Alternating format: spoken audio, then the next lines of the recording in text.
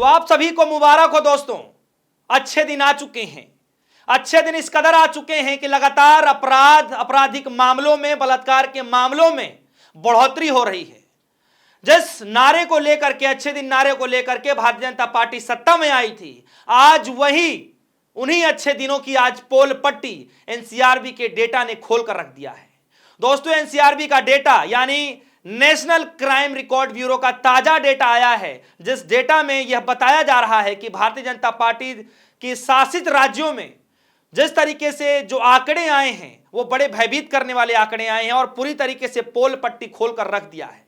आंकड़े साफ तौर पर चीख चीख करके बता रहे हैं कि पिछले एक साल में बलात्कार के मामले, हत्या के मामले, महिलाओं पर अत्याचार के मामलों में भारी बढ़ोतरी हुई है। जी हां, भारी से भारी बढ़ोतरी हुई है। और सबसे चौंकाने वाली बात है दोस्तों कि यह बढ़ोतरी उन राज्यों में हुई है जिन राज्यों में भारतीय जनता पार्टी की सरकार है। और आज एक एक खबर को मैं बारीकी से आप सभी के सामने रखने जा रहा हूं दोस्तों।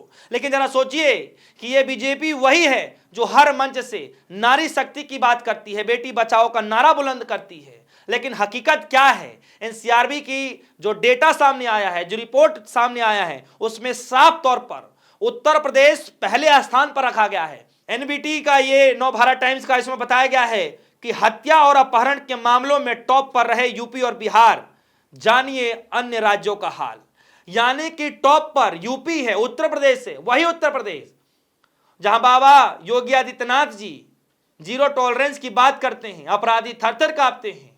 और आज ये तगमा जो है, या तगमा कह लीजिए या तमगा कह लीजिए, यह उत्तर प्रदेश की सरकार को जा रहा है जिसने इस मामलों में नंबर 1 हासिल किया है। और देखिए यहां पर जो दूसरा जो आंकड़े बताए जा रहे हैं वो बिहार के राज्यों को लेकर के बताए जा रहे हैं। और ये देखिए, महिलाओं के साथ अपराध में 4.5 लाख मामले एनसीआरबी की रिपोर्ट ने चौंका दिया। जी हां, समझिए कि महिलाओं से रिलेटेड जो मामले हैं पिछले एक साल में, एनसीआरबी का डेटा यह कह रहा है कि 5.5 लाख वो मामले हैं जिन आंकड़ों से आप देखेंगे कि सिर्फ आपराधिक मामले हुई महिलाओं के खिलाफ 4.5 लाख। तो जरा आप सोचिए कि ये मामले वो हैं जो सिर्फ आंकड़ों में दिखाए गए हैं। सोचिए ऐसे कितने मामले होंगे जिनको कहीं भी जिक्र नहीं किया गया होगा। कई सारे ऐसे मामले होंगे जिनमें महिला प्रताड़ित तो होती होंगी, जहां पर एफआईआर दर्ज नहीं किया जाता होगा। सोचिए ऐसे कितने मामले होंगे। तो फिर ये अच्छे दिन कैसे हो सकते हैं दोस्तों? सुप्रिया श्रीनेत ने क्या कुछ कहा है और भी लोगों ने क्या कुछ कहा है, मैं आगे आपको सब कुछ बताने जा रहा हूं। सबसे पहले आप ये देखिए कि सुप्रिया श्रीनेत जो है एक के बाद एक लगातार 3 ट्वीट करती हैं और एक एक ट्वीट को मैं बारीकी से आप सभी के सामने रखने जा रहा हूं। सबसे पहले वो ये कह रही हैं कि बात अच्छे दिन लाने की हुई थी। एनसीआरबी की ताजा रिपोर्ट देखकर आपकी रूह कांप जाएगी।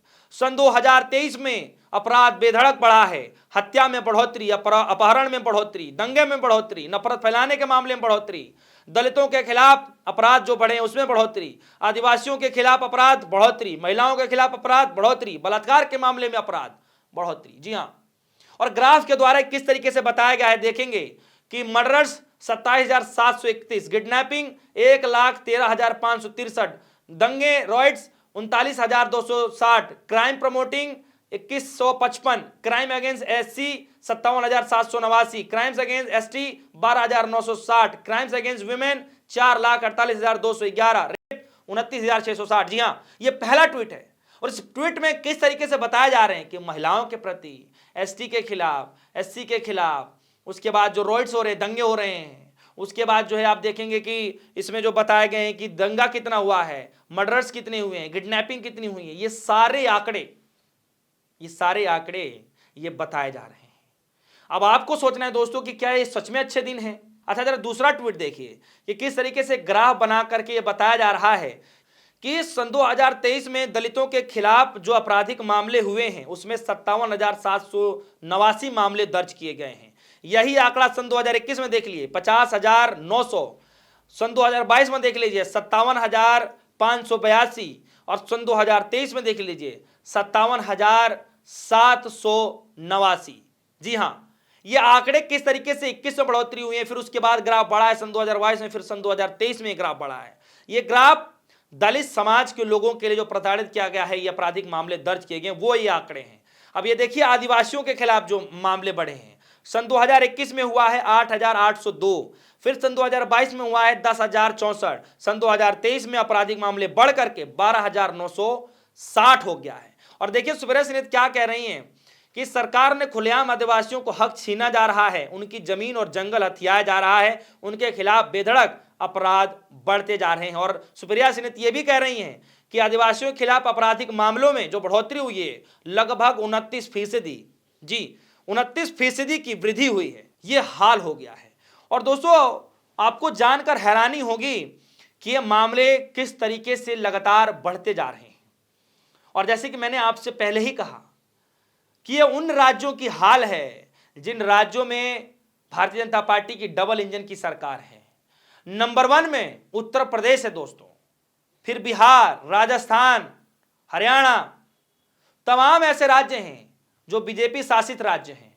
और इन राज्यों में किस तरीके से अच्छे दिन लाने के जो दावे किए गए थे और आप जब हकीकत देख रहे हैं तो किस तरीके से क्राइम रेट बढ़ते जा रहे हैं। याद कीजिए उत्तर प्रदेश के अंदर योगी आदित्यनाथ जी की सरकार है, डबल इंजन की सरकार है।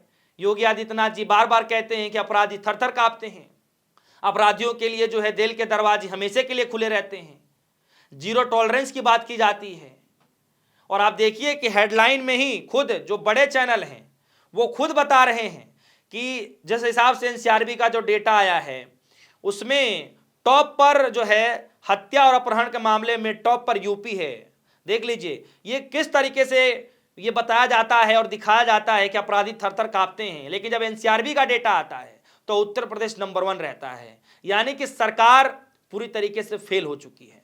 और दोस्तों मैंने जैसे आपसे कहा कि लोग कुछ ना कुछ तो कहेंगे ही, और लोग अब कहना शुरू कर चुके हैं। देखिए यूपी नंबर 1, हत्या 3,206 मामले, किडनैपिंग 6,663 मामले, महिलाओं के खिलाफ अपराध 66,381, दलितों के खिलाफ अपराध 15,130।